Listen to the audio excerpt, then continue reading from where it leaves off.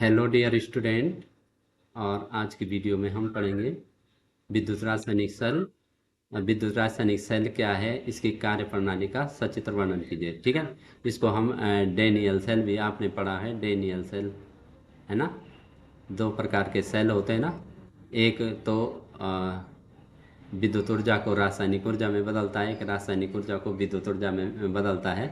तो पहले विद्युत रासायनिक सेल, हम यहाँ पे इलेक्ट्रोकेमिकल जो सेल होता है इसके बारे में यहाँ पे बात करें तो विद्युत रासायनिक सेल वह तंत्र है जिसमें एक स्वतः होने वाली रेडॉक्स अभिक्रिया के परिणाम स्वरूप रासायनिक ऊर्जा का रूपांतरण विद्युत ऊर्जा में होता है। तो ये देखो, केमिकल एनर्जी किस में कन्वर्ट हो रही है इलेक्ट्रिकल एनर्जी में। ठीक है ना। ये केमिकल एनर्जी कन्वर्ट हो रही है इलेक्ट्रिकल एनर्जी में। और ये स्पॉन्टेनियस है, स्पॉन्टेनियस। बाहर से हमें कुछ कुछ भी यहाँ एनर्जी नहीं देनी पड़ रही है। ये स्पॉन्टेनियस है, स्वतः होने वाला प्रक्रम है। इसमें क्या हो रही है, रेडॉक्स अभिक्रिया। रेडॉक्स के बारे में आपने 11 में पढ़ा है। रेडॉक्स माने रिडक्शन और ऑक्सीडेशन। ठीक है ना। रेडॉक्स माने रिडक्शन प्लस ऑक्सीडेशन। ऑक्सीडेशन तो जिसमें जिसमें क्या होता है, ऑक्सीकरण और अपचयन दोनों एक ही में होता है। ठीक है ना। तो ऑक्सीकरण रेडॉक्स जो अभिक्रिया है इसमें क्या हो रही है, स्वतः हो रही, अपने आप हो रही है।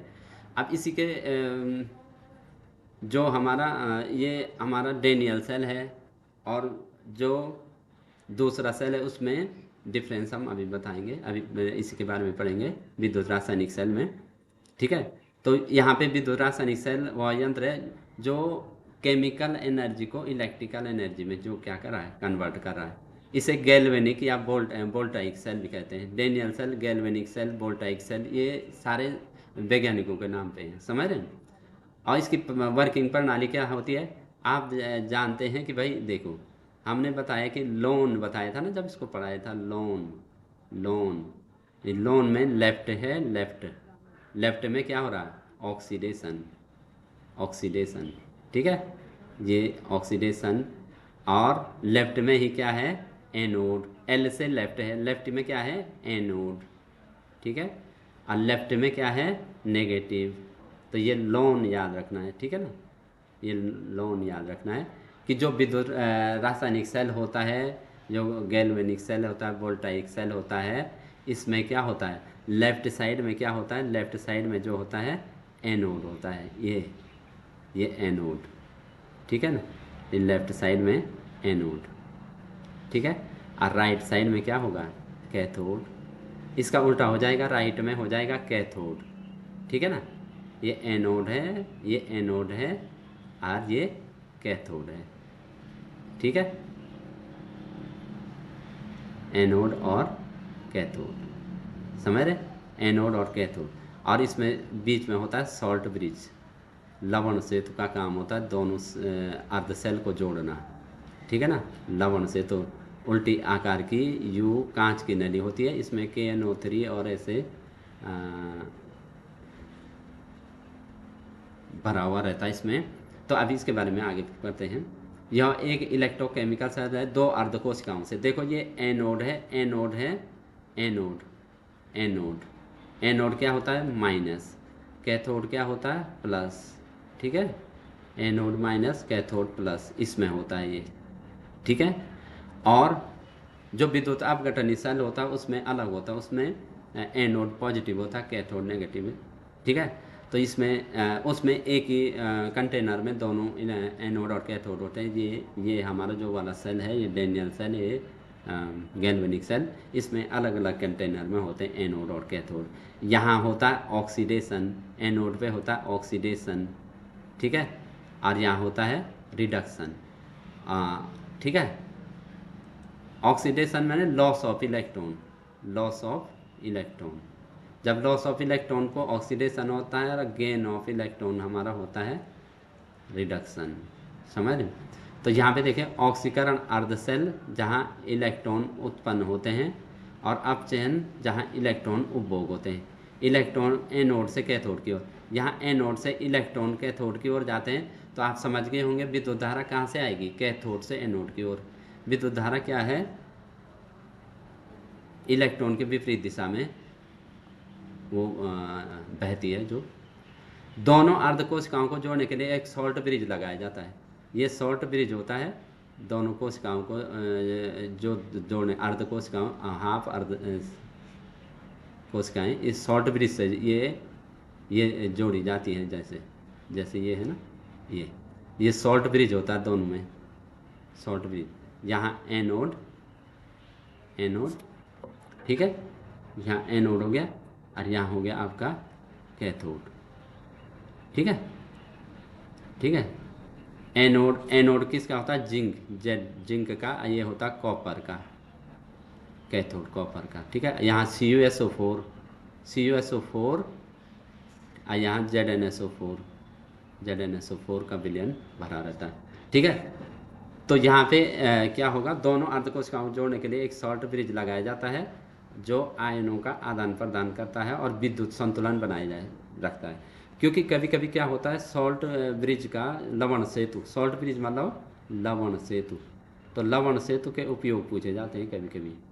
लवण सेतु के उपयोग पूछे जाते हैं, समझ रहे हैं? तो लवण सेतु के उपयोग पूछे जाते हैं, कभी कभी छोटे क्वेश्चन पूछे जाते हैं दोनों अर्धकोशिकाओं को जोड़ने। पहले तो ये जोड़ने का काम कर रहा है सॉल्ट ब्रिज, जो आयनों का आदान प्रदान करता है, विद्युत संतुलन बनाए रखता है, ये इसके कार्य हैं। और यहाँ पे ये डायग्राम, यहाँ पे ये नीचे सामान्य डैनियल सेल रेखांकित किया जाता है। ये देखो, ये एनोड पे कौन सी अभिक्रिया होती है? एनोड पे Zn है ना, Zn सॉलिड क्या होता है, Zn2+ में कन्वर्ट हो जाता है, Zn2+ एक्वस में कन्वर्ट हो जाता है और 2 इलेक्ट्रॉन त्याग करके प्लस 2 इलेक्ट्रॉन, ये 2 इलेक्ट्रॉन निकाल करके Zn2+ में कन्वर्ट हो जाता है। और कैथोड पे क्या होता है, कॉपर जो होता है, कॉपर 2+ जो एक्वस होता है, कॉपर 2+ एक्वस 2 इलेक्ट्रॉन को लेकर के, ठीक है, कॉपर सॉलिड में कन्वर्ट हो जाता है। ठीक है, ये और इसकी टोटल जो रिएक्शन होगी, टोटल रिएक्शन क्या होगी, इलेक्ट्रॉन इलेक्ट्रॉन आपस में कैंसिल हो जाएंगे और ये हो जाएगा Zn solid plus Cu2+ aqueous.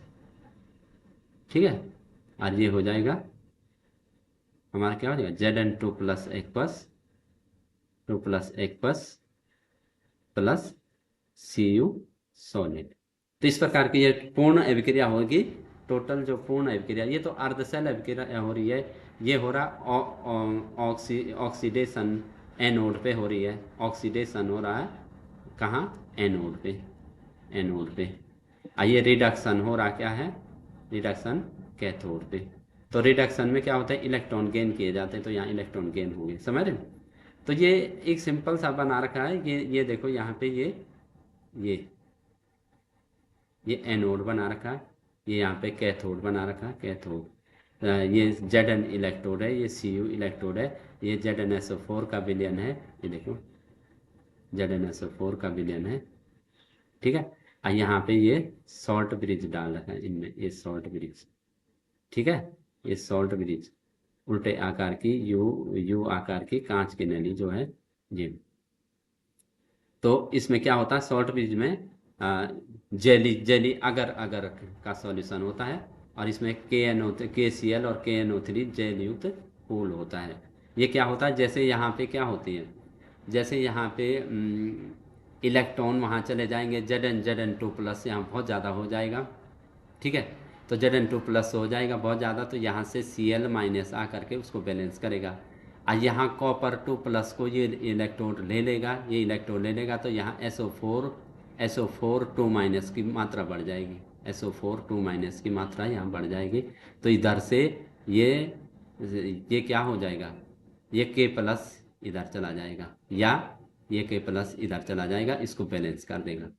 ठीक है ना, विद्युत उदासीन उसको बनाए रखेगा विलयन को। कार्यविधि का चरण विवरण देखो। एनोड पर जो क्रिया हमने बताई, एनोड पर क्या होता है, जिंक सॉलिड जो है दो इलेक्ट्रॉन दान करके लॉस करके Zn2+ में कन्वर्ट हो जाता है। ठीक है, ये एनोड पे होता है और इलेक्ट्रॉन निकलते हैं, Zn2+ विलयन में जाता है। इलेक्ट्रॉन निकलेंगे तो Zn2 प्लस कहाँ जाएगा, विलियन में जाएगा। ठीक है, तभी तो बताया हमने Zn2 प्लस की मात्रा बढ़ती जाएगी विलियन में। ठीक है, बहुत ज़्यादा बढ़ जाएगी तो सेल काम करना बंद कर देगा, इसलिए हमें शॉर्ट ब्रिज उसमें लगाते हैं कि शॉर्ट ब्रिज से Cl माइनस वहाँ आकर के ये Zn2 प्लस को उदासीन बना देगा। ठीक है, ऐसे कैथोड पे जो अभिक्रिया होती है, यहाँ कॉपर आयन का अपचयन होता है। ये कॉपर 2 प्लस जो है 2 इलेक्ट्रॉन लेकर कॉपर सॉलिड में कन्वर्ट हो जाता है। तो वो वाला इधर एनोड वाला इलेक्ट्रोड जो होता है, एनोड वाला जो इलेक्ट्रोड है वो पतला हो जाता है, ऐसे पतला हो जाता है। ठीक है, ठीक है, ये पतला हो जाएगा धीरे धीरे। और जो कॉपर जो हमारा कॉपर वाला इलेक्ट्रोड है वो क्या हो जाएगा, मोटा होता जाएगा। इस पे कॉपर जमा होता जाएगा ना, तो ये मोटा होता जाएगा। ठीक है, तो इलेक्ट्रॉन इलेक्ट्रॉन कैथोड तक पहुंचकर Cu2 प्लस को Cu में बदल देते हैं। ठीक है, इलेक्ट्रॉन का प्रभाव एनोड तार से कैथोड की, ये इलेक्ट्रॉन कहाँ जा रहे हैं, ये एनोड से जा रहे हैं, एनोड से एनोड से जा रहे हैं इलेक्ट्रॉन। इलेक्ट्रॉन कहाँ, कैथोड की ओर। यहाँ पे गैल्वेनोमीटर हम लगा देंगे। ठीक है, तो ये कैथोड की ओर चले जाएंगे। ये इलेक्ट्रॉनों का प्रवाह एनोड से कैथोड की ओर हो जाएगा, ये इलेक्ट्रॉन। ठीक है, आयनों का प्रवाह क्या होगा, शॉर्ट ब्रिज से एनायन एनोड की ओर। देखो शॉर्ट ब्रिज में जैसे हम कह रहे हैं कि KCl या KNO3 हम भर रहे हैं ना, KNO3, तो ये एनायन कहाँ जाएंगे, कैथोड की ओर। और ये कैटायन कहाँ जाएंगे, धनायन यहाँ जाएंगे, क्योंकि SO4 2 माइनस की मात्रा बढ़ जाएगी ना, Cu2 प्लस तो ऊपर चला जाएगा। ये जो हमारा CuSO4 है ना, CuSO4, इसमें Cu2 प्लस, और क्योंकि ये एक्वस है, SO4 2 माइनस है, तो ये तो कैथोड पे जा रहा है, तो ये SO4 2 माइनस यहाँ बढ़ जाएगा ना, तो इसको उदासीन बनाने के लिए यहाँ से कैटायन यहाँ चला जाएगा, इसको उदासीन बनाने। शॉर्ट ब्रिज ये हो गया। अब देखिए हो क्या रहा है इसमें, इसमें स्वतः रेडॉक्स अभिक्रिया होती है। स्वतः रेडॉक्स अभिक्रिया, विद्युत ऊर्जा उत्पन्न होती है। एनोड ऑक्सीकरण होता है, एनोड पे ऋणात्मक ध्रुव है, कैथोड पे अपचयन होता है, धनात्मक ध्रुव है। इलेक्ट्रॉन बाहरी परिपथ में एनोड से कैथोड की ओर शॉर्ट ब्रिज। शॉर्ट ब्रिज क्या है, आयनिक संतुलन बनाए रखता है। शॉर्ट ब्रिज का काम है आयनिक संतुलन बनाए रखना। तो इस प्रकार से आपको इसके बारे में क्वेश्चन आ सकता है कि डैनियल सेल क्या है, इसकी क्रियाविधि लिखिए। तो डैनियल सेल क्या है, डैनियल सेल एक विद्युत रासायनिक सेल है। डैनियल सेल के नाम से भी आ सकता है, गैल्वेनिक सेल के नाम से, वोल्टाइक सेल के नाम से, किसी भी सेल के नाम से पूछा जा सकता है। तो यह विद्युत रासायनिक सेल, विद्युत रासायनिक सेल जो अब यहाँ पे विद्युत रासायनिक सेल के नाम से पूछा गया ना, एक विद्युत अपघटनी सेल होता है, उसमें स्वतः रेडॉक्स अभिक्रिया नहीं होती, उसको बाहर से इलेक्ट्रिसिटी देनी पड़ती है। ठीक है ना, तो वहाँ विद्युत ऊर्जा से रासायनिक ऊर्जा बनती है। उसमें उसमें विद्युत ऊर्जा से, दोनों में मैंने कहा था, बाद में मैं अंतर बताऊंगा कि जो विद्युत अपघटनी सेल होता है, पहली बात तो वो है विद्युत ऊर्जा को रासायनिक ऊर्जा में बदलता है। दूसरी बात, उसमें दोनों इलेक्ट्रोड एक ही कंटेनर में रहते हैं, एक ही पात्र में रहते हैं। तीसरी बात है, उसमें स्वतः रेडॉक्स अभिक्रिया नहीं होती, उससे बाहर से विद्युत ऊर्जा देनी पड़ती है, तब अभिक्रिया होती है। यहाँ पे तो स्वतः अभिक्रिया हो रही है। ठीक है ना, तो ये रासायनिक ऊर्जा को विद्युत ऊर्जा में बदल रहा है। तो इसका आप चित्र भी बना सकते हैं अच्छा सा। और इसको समझने के लिए आपने ये देखना है कि ऑक्सीडेशन जो है, हमारे लेफ्ट में एनोड होता है, वो माइनस होता है, उस पर ऑक्सीडेशन होता है। ऑक्सीडेशन में इलेक्ट्रॉन का लॉस होता है, तो एनोड हमारा Zn का बना हुआ है। जब आपको पता है कि हमारा एनोड किसका बना हुआ है, कि Zn का बना हुआ एनोड। ठीक है ना, एनोड हमारा Zn का बना हुआ, Zn जिंक का बना हुआ। तो जिंक सॉलिड है जब एनोड है। ठीक है, सॉलिड है ये। तो ये क्या होता है भैया, ये क्या होता है कि Zn2 प्लस में कन्वर्ट होके विलयन में चला जाता है, 2 इलेक्ट्रॉन को लॉस करके। ठीक है, तो होता क्या है, जब किसी हम धातु की छड़ को उसी धातु के विलयन में रहते हैं, तो उनमें क्या होता है, विभवांतर उत्पन्न हो जाता है, ये आप जानते ही हैं, है ना, आवेश उत्पन्न हो जाता है उस पर। ठीक है, तो इस प्रकार से ऐसे ऐसे कॉपर क्या है, कॉपर टू कॉपर जो है सॉलिड जो है आ, ये 2 इलेक्ट्रॉन को प्राप्त करके और कॉपर सॉलिड में कन्वर्ट हो जाता है। ये कॉपर सॉलिड में कन्वर्ट हो गया, ठीक है। तो इस प्रकार डैनियल सेल के बारे में आपको पता लगा। इससे संबंधित आपकी कोई भी क्वेरी हो तो आप पूछ सकते हैं, है ना। कोई भी क्वेरी आपकी इससे संबंधित हो तो आप कमेंट बॉक्स में पूछ सकते हैं। ठीक है, थैंक यू।